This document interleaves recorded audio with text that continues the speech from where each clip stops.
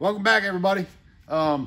Today's video just going to be a quick video on we're having some ABS problems with this. It's a 2004 International 9900i tractor, and it's got the Cat twin turbo in it, pure power. And this, back when they made trucks real, it doesn't have any DPF or DEF or any of that horse shit on it. But today we're just going to do a quick video on the ABS. The ABS light comes on every couple days. It'll flash the light and then go out and all that. But pretty easy fix. But for anybody out there with the ABS light happening on your International, it's a Bendix ABS brake system. And I'm just going to show you a couple cool things and what we found. And it's pretty simple fix, probably 10-15 minutes. You could have your own fixed if you're having the ABS light on. And let's just get to the video and show you what we found. Okay, to start with, checking this thing out, being it's a Bendix brake system, it's very simple to check out, and you don't even need a scanner, which is cool. What's cool about it, but all we got to do is find the ABS computer, and that can be the hard part. Sometimes they're actually outside on the frame and they're real simple, but this truck actually has it inside the cab, all up tucked into the firewall. So let's go to the computer and show you. Let me show you what we found with it and why it's so easy to check out. Okay, one cool thing, and one of the reasons I wanted to do this video is to show this Bendix unit. And it's very interesting how they do this, and it's a lot easier than a lot of ABS, because you don't even need a scanner to check these trucks out. You basically just have to find the computer, and of course this truck in particular, it's tucked up way under the dash, so we had to pull all the shields out, get to the computer and get it down. But these Bendix computers actually have trouble code lights on them. So in particular, we took the computer out with the key on. It showed exactly what where the problem was. And if you see this here, it's got front FRNT, and the other red light is for left, and the third light is sensor. So it's saying front left sensor, which is basically the problem that we had, because we had an open ABS sensor, and it was showing the code right on it. And it's got mid, rear, right, and left for the modulators. But all you got to do is get to your computer, wherever it is in the truck, and check for your trouble code lights. And we went right to that sensor, ohmed it, changed it.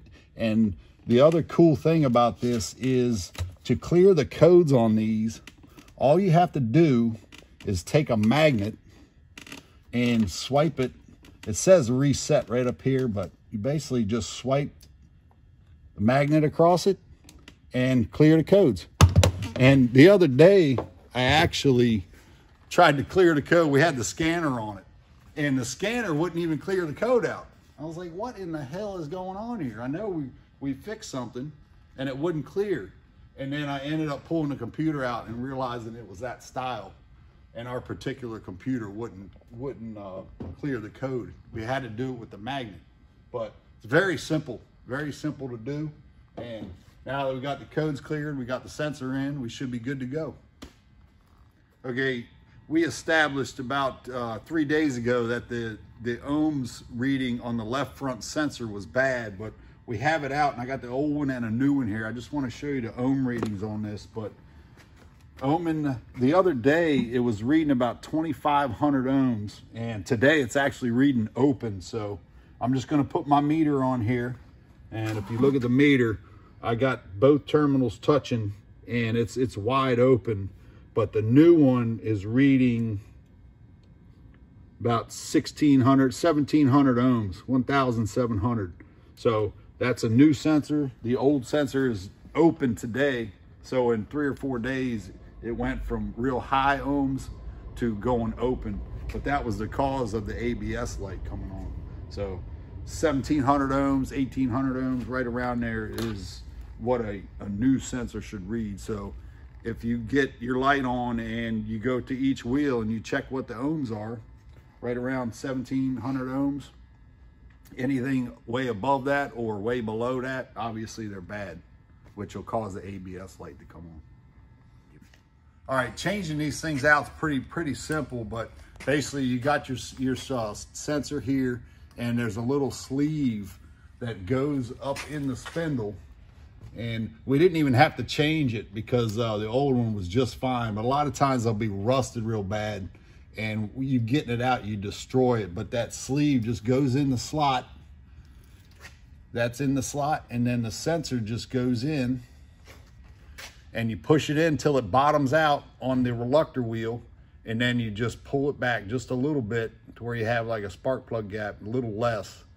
So if it's touching, obviously it'll damage the sensor. And if the air gap is too wide, it will read slower to the computer than the other wheels. So basically bottom it out and then just pull it back about 10, 15 thousandths and you're good to go. Very simple, but pulling it out, you can use your lady foot or a pry bar with a curved end on it and just pry it out. A lot of times the hardest part is just getting these sensors out because they're rusted in there. These came right out. We were able to reuse the sleeve, and I put anti-seize, copper anti-seize, and if this ever has to be changed again, it'll come right out. So that's the best way to change out the sensor. All right. You saw how easy it was. We're gonna wrap this video up, but we got this thing buttoned up and we're getting ready to road test it and should be good to go. We definitely found the problem, put the sensor in, cleared the codes, and everything's good to go. But like I say, I just wanted to shoot this video because it's actually a really simple system to check out. And for any do-it-yourselfer out there, any trucker, and doesn't want to pay $1,200 to have his ABS sensor changed, it's perfect and simple. And I think the sensor was like $100. So thank you guys for watching. Take care, like and subscribe, and we'll talk to you soon.